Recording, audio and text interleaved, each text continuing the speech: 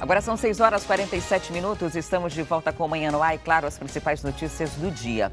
E hoje é comemorado o Dia Internacional dos Povos Indígenas. E a data tem como propósito lembrar a importância da conscientização sobre a inclusão dos índios nos direitos humanos. Pois muitas vezes esses povos são marginalizados ou até mesmo excluídos. Há muito tempo a floresta deixou de ser o lar de milhares desses indígenas. A escassez de alimentos, o desmatamento e o avanço das cidades sobre as matas são alguns desses fatores que motivam os povos tradicionais a migrar para as áreas urbanas. Em Manaus, eles podem ser encontrados em todas as regiões da cidade. E para falar mais sobre esse assunto, nós estamos recebendo aqui o diretor técnico da Fundação Estadual do Índio e mestre em Sociedade Cultural na Amazônia, também pela Universidade Federal do Amazonas, o Aldenor Ticuna. Seja muito bem-vindo ao programa Ótimo Dia. Bom dia, Adriane, e bom dia, telespectadores. A gente estava conversando antes do intervalo, existem diversos problemas em torno das comunidades indígenas, mas um dos principais é a falta de renda, de conseguir sobreviver dentro da mata. Muitos têm aquele fluxo migratório que acabou vindo do Ribeirinho, que atinge os indígenas também, e quando chegam aqui há uma dificuldade de conseguir um trabalho. Exatamente. Falando nisso, né, gostaria de ressaltar que o nosso presidente não está aqui nesse momento porque ele está numa área muito carente e reflete exatamente a sua pergunta, porque foi feita uma ação estratégica para atender os Murapirahã, que são indígenas que ainda são nômades e estão passando por problema de desnutrição, e hoje está sendo entregue lá um kit de alimento, de pesca. Estamos aí tentando atender de uma maneira muito especial a esse povo que é muito esquecido, até porque eles não se misturam no movimento indígena, eles são muito, assim, digamos assim, afastados, e a Fundação quer chegar, né, de maneira bem lenta e gradativa para que nós possamos realizar também um trabalho ali de base, né?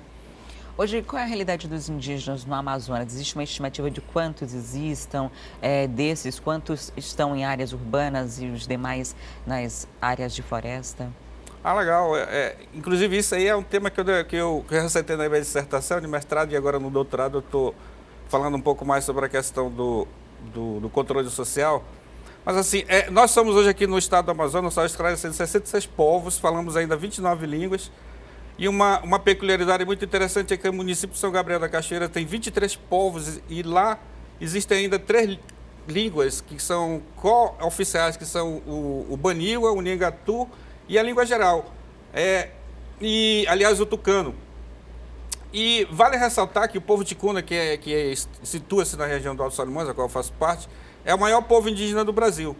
E tanta peculiaridade que nós temos aqui no nosso estado, a gente percebe que ainda falta, né, acontecer muita coisa para essa mudança. Mas o governo do estado, através da Fundação Estadual do Índio, procura dar vazão a essa questão, né? Nós estamos trabalhando agora um programa digamos assim, de fortalecimento mesmo, né? Refortalecimento. Nós vamos criar aqui em Manaus algumas atividades turísticas, vamos estar dando vazão aí um projeto no cemitério indígena, que fica aqui na região da nova cidade, e criaremos lá o Centro Etnocultural Amazônia Mostra Tocar Indígena, dando vazão. Nós vamos ter ali um espaço para o artesanato, nós vamos ter um espaço para comercialização da gastronomia indígena, melhor ainda, nós vamos ter uma escola onde aqueles indígenas que migraram para Manaus, seus filhos não falam mais a língua, não conhecem mais as danças e rituais, teremos uma escola que vai ensinar o menino a fazer o ritual, a comer essa comida. Uma escola para aprender a ser índio. Exatamente, né? A gente precisa dar esse ressignificado para a questão. E a previsão para que isso ocorra, em quanto tempo deve ser uma realidade lá na nova cidade? Nós estamos trabalhando em parceria agora, nós essa semana o IDAM já deve estar, junto com a CEPROF, fazendo a limpeza de uma área, que também lá nós vamos ter uma área produtiva, vamos criar pela parte de trás, vamos fazer um projeto de implantação de hortas comunitárias e um aviário. Esse aviário vai fornecer o adubo, né, e vamos implantar algumas famílias ali para produção de horta, que vai ser atendida por a rede de supermercado local. É um projeto que realmente vai chamar a atenção. E nós estamos correndo contra o tempo, né?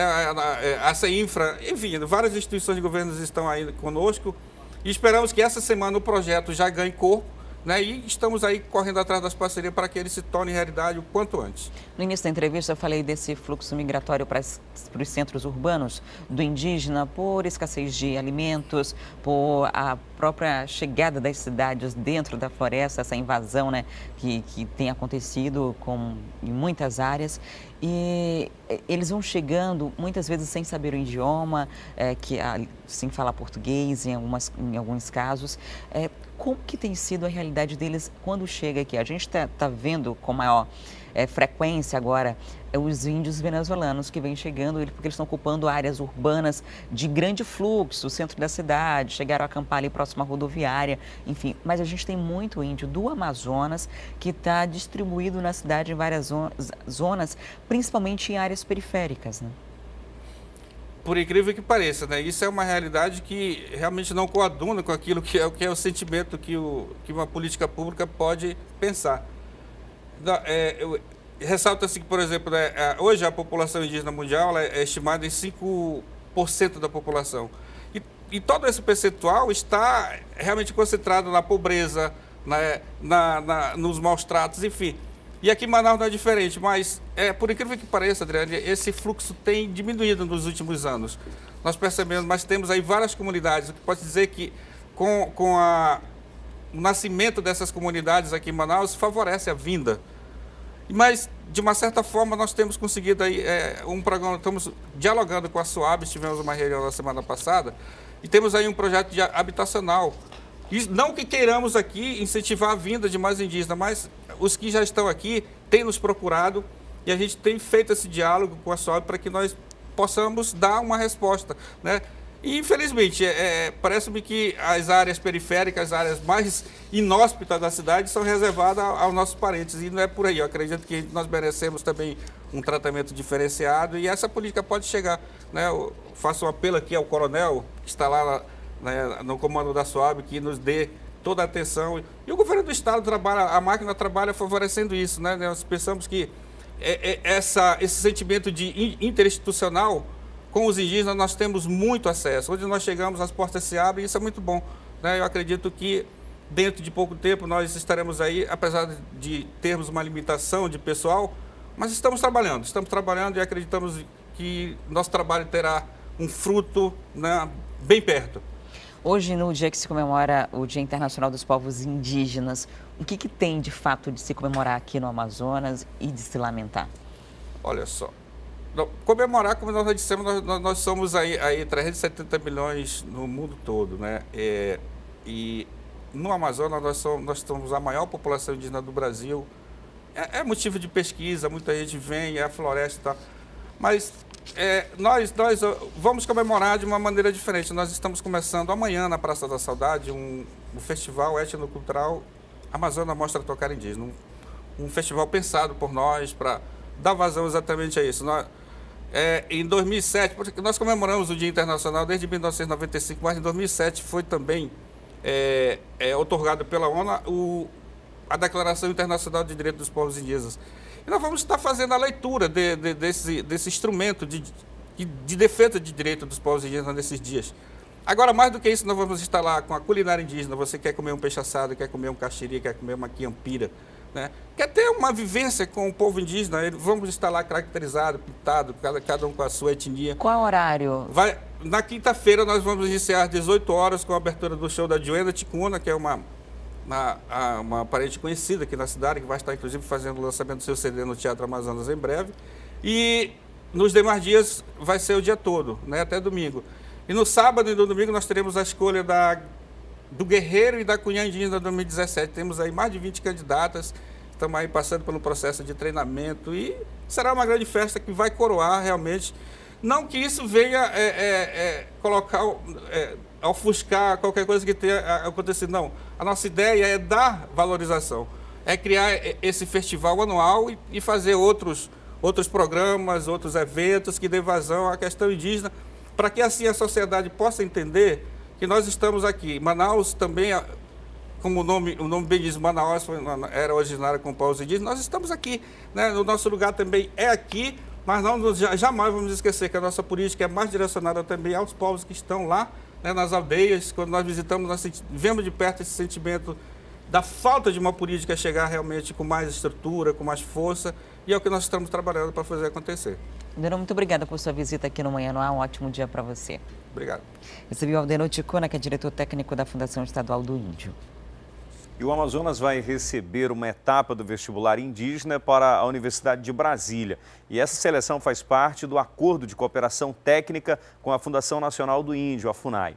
Quem tem outros detalhes sobre esse assunto é a repórter Thea Morel.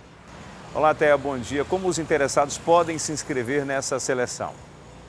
Olá, Wilson, bom dia a todos. Olha só, Wilson, essa seleção, a inscrição dela acontece da mesma maneira que a inscrição do vestibular comum, através do site da UNB, da Universidade de Brasília, o www.cesp.unb.br. Elas vão estar disponíveis para os candidatos até às 18 horas, ou seja, até às 6 horas da tarde do dia 31 de agosto. Dentro desse vestibular indígena, Wilson, nós estamos falando de 72 vagas que estão sendo distribuídas para todo o território nacional. É porque as provas dessa vez não vão se concentrar apenas no Distrito Federal, apenas em Brasília, mas vão acontecer também em outros estados, como é o caso aqui do Amazonas. O Amazonas, inclusive, é privilegiado porque vai ter 2 cidades onde acontecem essas provas. A cidade de Manaus, a capital, e também a cidade de Lábrea. No estado do Acre, nós temos aí provas que vão acontecer em Cruzeiro do Sul. No estado do Amapá, as provas vão acontecer em Macapá. E temos também algumas provas que vão acontecer em cidades do interior do Nordeste, como é o caso de Baía da Traição, que é uma cidade da Paraíba, e também a cidade de Águas Belas, que é uma cidade de Pernambuco, além, claro, da prova que acontece em Brasília. É uma prova de vestibular comum. Todos os indígenas podem participar, E são aí pelo menos 72 vagas disponíveis a partir de 2018 em 21 cursos diferentes da Universidade de Brasília. No meio desses cursos nós temos aí ciências políticas, ciências sociais, direito, administração. São cursos que já são ministrados na Universidade de Brasília, mas agora essas vagas são voltadas especificamente para os indígenas. Aqui para o nosso estado, inclusive, esse número de 72 vagas é um número até pequeno, viu, Wilson? Porque se a gente levar em consideração que, de acordo com o IBGE, nós temos mais de 183 mil indígenas, essas vagas, obviamente, não são suficientes, mas esse acaba sendo aí um primeiro passo para quem quer cursar a universidade, principalmente numa universidade pública, como é o caso da Universidade de Brasília. Para quem quiser participar. Não é preciso pagar a inscrição, é preciso apenas fazer a inscrição na internet, mas durante a inscrição, se você passar nesse vestibular, se você passar nessa seleção da Universidade de Brasília, você vai ter que apresentar alguns documentos, como por exemplo o seu documento de etnia, o CANI, ou o documento de residência também, o comprovante de residência que comprova que você mora aí numa comunidade indígena. Esse acordo de cooperação ele foi lançado no dia 31 de julho, esses candidatos vão ter até o dia 31 de agosto para fazer essas inscrições e acaba sendo pelo menos aí uma grande oportunidade para o público de índios que nós temos aqui. E ainda há pouco me passou aqui uma informação, o Aldenor Ticuna, que é lá da Fundação Estadual do Indígena, de que o indígena que for aprovado nesse processo ganha uma bolsa de R$900. Muito obrigado, Té. Até daqui a pouco. Muita gente tem opinado sobre a reforma trabalhista, mas poucos conhecem de fato as principais mudanças. Por isso, até sexta-feira, nós vamos tirar dúvidas sobre a nova CLT, que entra em vigor neste ano. E na segunda reportagem da série Reforma Trabalhista, o que muda para patrões e empregados. Vamos entender como vai funcionar o emprego intermitente e as principais mudanças para a classe empresarial.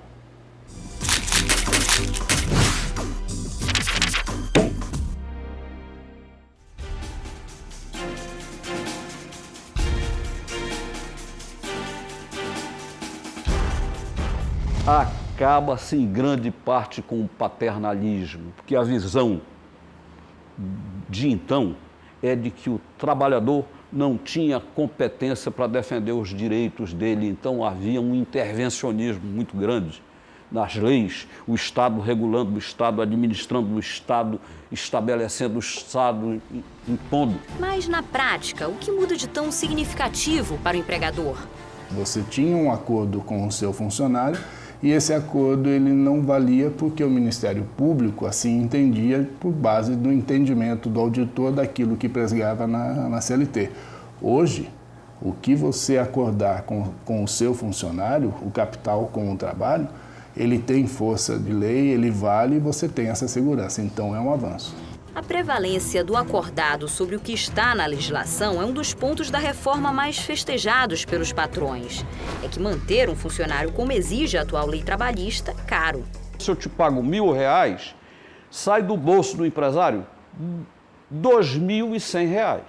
O país vive com desemprego permanentemente. Por quê?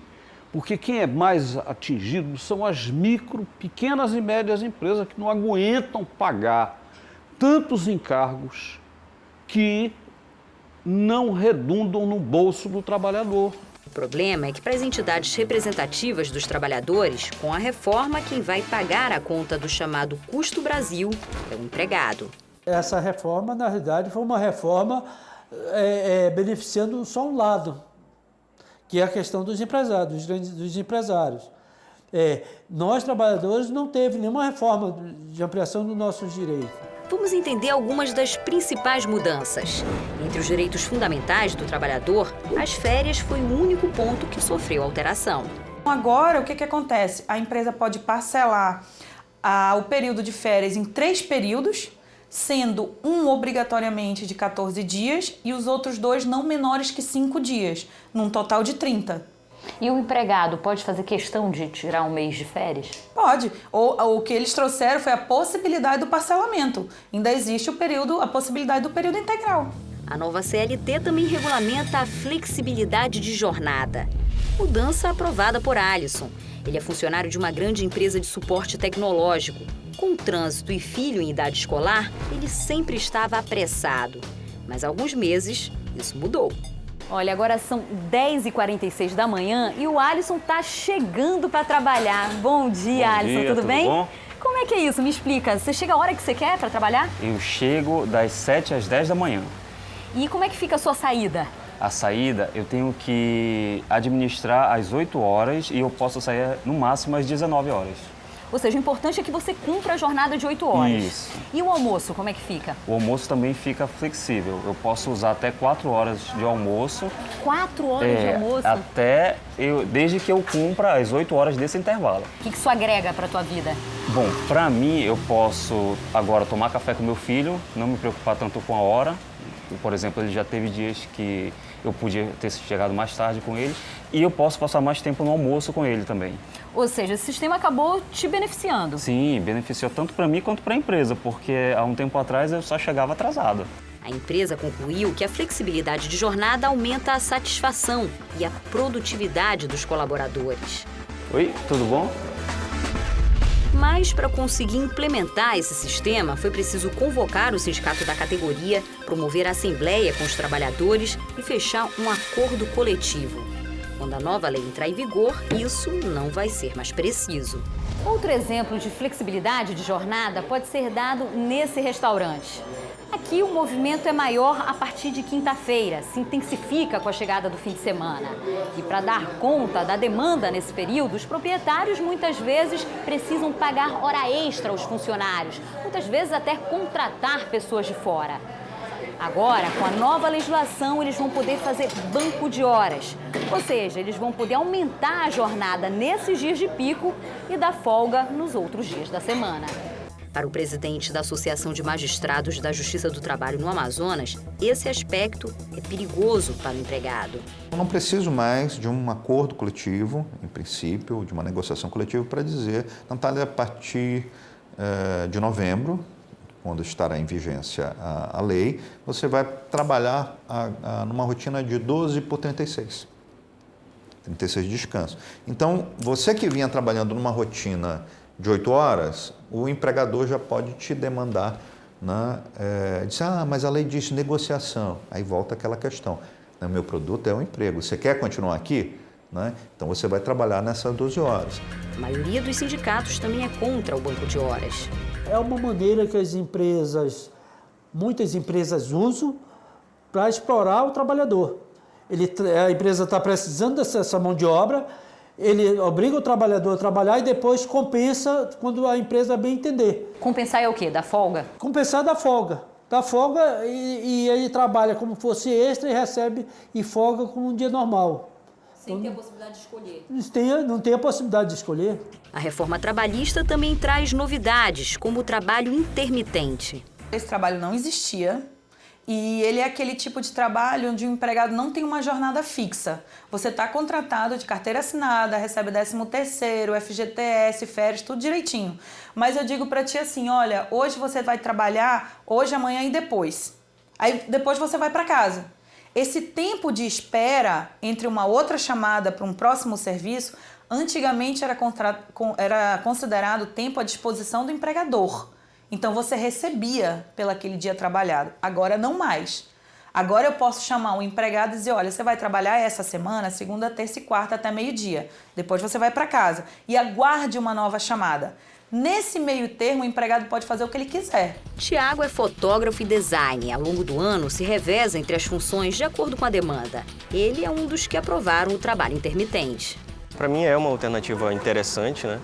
Pois eu posso, então, continuar o meu serviço, que já é o meu serviço de freelance, só que agora ter os mesmos direitos de um emprego fixo. Mas o magistrado explica que nem tudo são flores. As normas do trabalho intermitente prevêem multas para empregado e empregador. Você sabe o que é estarrecedor nessa norma? É que ela diz que se o empregador te convocar com 3 dias de antecedência, você aceitar essa convocação, você não comparecer, você vai ter que pagar multa para mim de 50% daquilo que eu iria pagar para você. Então, você nem trabalhou, né? Você está empregado, deveria receber pelo seu trabalho, você nem trabalhou e ainda assim vai ser multado. Outro ponto que muda é em relação às demissões em massa. Essa empresa, por exemplo, que produz molden e decodificadores no polo industrial de Manaus. Em 2015, ela chegou a ter mais de 1.200 funcionários. Com a crise econômica, esse quadro precisou ser reduzido. Para demitir, o empregador teve que ir no sindicato dos metalúrgicos homologar essas rescisões contratuais. Quando isso acontece, muitas vezes os trabalhadores conquistam alguns benefícios, uma prorrogação, por exemplo, do plano de saúde. Agora, com a nova CLT, se esse mesmo empregador quiser demitir os cerca de 400 funcionários restantes, ele não vai mais precisar do aval do sindicato. Basta pagar as verbas rescisórias. O secretário da CUT explica por que, na opinião dos sindicatos, isso é ruim para os trabalhadores. As demissões em massa, elas têm que ser feitas um acordo com o sindicato e a empresa justificar, fazer a justificativa por que está fazendo essas demissões. E pela nova lei, não. Ela simplesmente demite todo mundo, não dá satisfação nem para o sindicato, nem para o Ministério do Trabalho, nem o órgão. Para o presidente do Centro das Indústrias do Amazonas, na prática, quase nada muda. Se engana quem acha que agora as empresas vão demitir em massa. Não. As empresas continuam pagando as multas por rescisão de contrato de trabalho. Tem uma série de custos que as empresas, o que menos nós gostamos de fazer, o que menos o empregador gosta de fazer é demitir.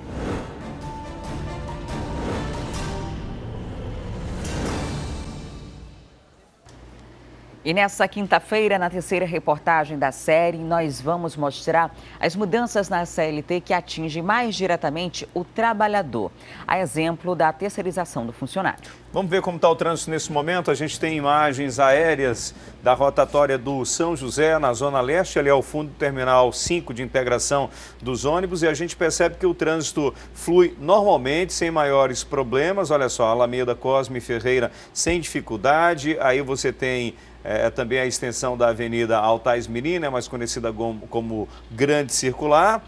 Quem está vindo aqui do SESI, ali do Pronto-Socorro João Lúcio, não enfrenta dificuldades neste momento. Olha só como está o trânsito, é boa opção para você nos dois sentidos, tanto para quem está indo ali para o Complexo Viário Gilberto Mestrinho, como quem está vindo aqui para a Bola do São José. Aqui ao lado, a maternidade Ana Braga. As imagens estão sendo feitas pelo nosso repórter cinematográfico Alex Gomes. E depois do intervalo tem a interação com a rádio Acrítica FM. Tem também o quadro Na Ponta do Lápis. Isso e muito mais você acompanha daqui a pouquinho. A gente vai falar hoje das feiras tradicionais que estão invadindo os shoppings da cidade. É um instante só.